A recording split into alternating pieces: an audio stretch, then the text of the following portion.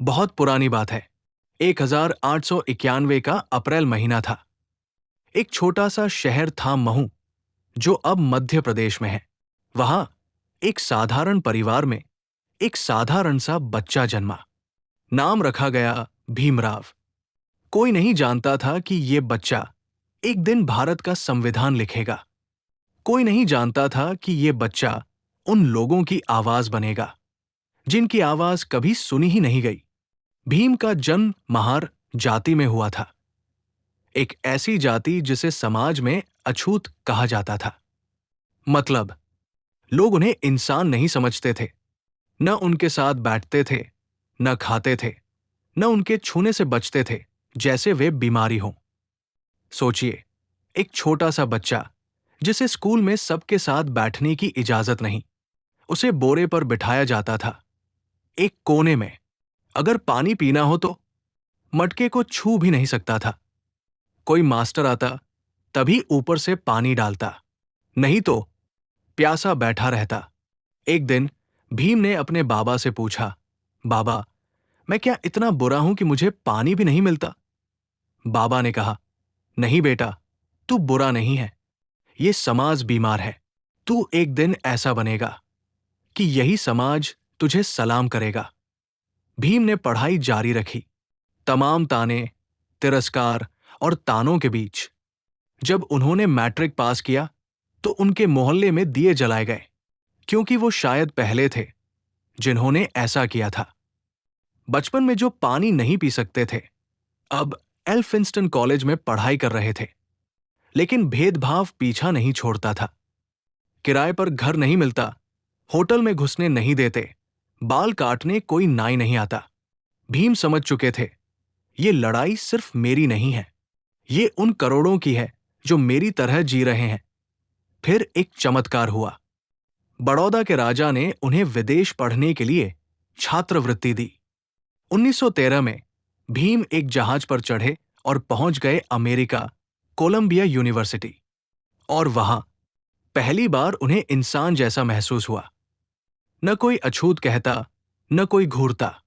उन्होंने वहां से अर्थशास्त्र, राजनीति, कानून में पढ़ाई की। फिर लंदन गए, वहां से भी डिग्री ली। वो अब डॉक्टर भीमराव अंबेडकर बन चुके थे। जब वे भारत लौटे तो लगा कि लोग कहेंगे, आओ, हमारा गौरव। लेकिन भारत वही था। कोई नौकरी नहीं देना चाहता था। क्यों? क्योंकि जाति बड़ी चीज होती है साहब, डिग्री नहीं। फिर उन्होंने फैसला किया, अब बोलूंगा, सिर्फ अपने लिए नहीं, सबके लिए।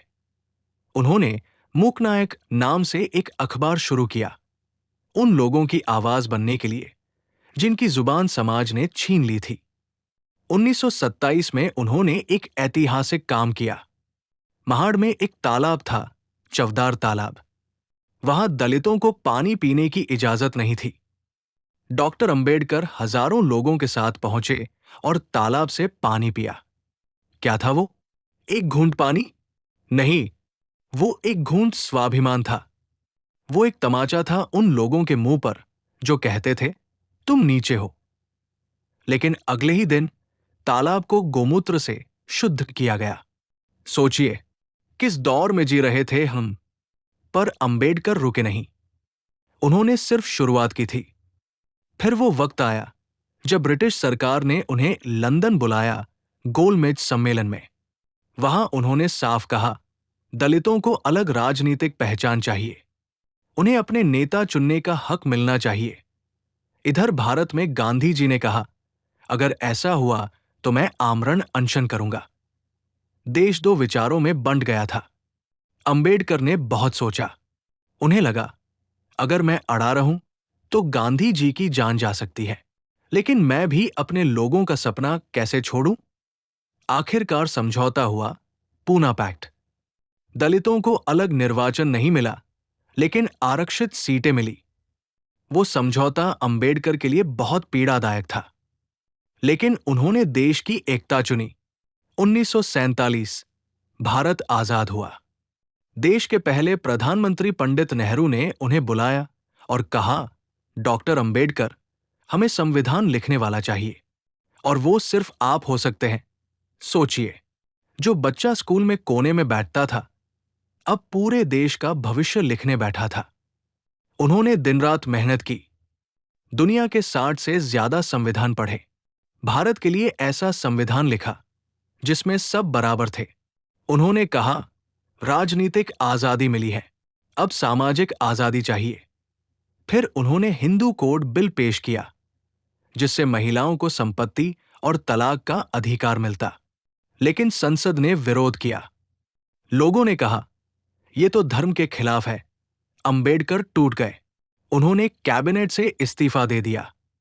अब वे समझ चुके थे, ये धर्म कभी मुझे और मेरे लोगों को इंसान नहीं मानेगा। उन्होंने पढ़ा, सोचा और फिर लिया एक ऐतिहासिक फैसला। 14 अक्टूबर 1956 नागपुर में लाखों अनुयायियों के साथ उन्होंने बौद्ध धर्म अपना लिया। उन्होंने कहा, मैं हिंदू पैदा हुआ, ये मेरी मजबूरी थी, पर मैं हिंदू मरूंगा नहीं। वो दिन सिर्फ धर्म परिवर्तन का नहीं था, वो दिन था सम्मान वापस पाने का। उसके कुछ ही हफ्तों बाद 6 दिसंबर 1956 डॉक्टर भीमराव अंबेडकर इस दुनिया से चले गए। लेकिन उनकी बातें, उनका संघर्ष, उनका नाम आज भी जिंदा है। आज जब कोई बच्चा स्कूल में बैठता है, जब कोई दलित लड़का अफसर बनता है, जब कोई महिला अपने अधिकार की बात करती है, तो कहीं ना कहीं वो भीमराव अंबेडकर की छाया में खड़ा होता है। वो सिर्फ संविधान निर्माता नहीं थे, वो इंसान की बराबरी का सपना थे। वो एक क्रांति थे। डॉक्टर अंबेडकर ने कभी बंदूक नहीं उठाई, उन्होंने किताबें उठाई और दुनिया को दिखा दिया कि असली ताकत ज्ञान में होती है। उनका सपना अधूरा नहीं है, वो हर उस इंसान की आंखों में जिंदा है जो कहता है, मैं बराबर हूं। अगर ये जानकारी आपको अच्छी लगी है तो वीडियो को लाइक जरूर करें और चैनल को सब्सक्राइब करना न भूलें। धन्यवाद।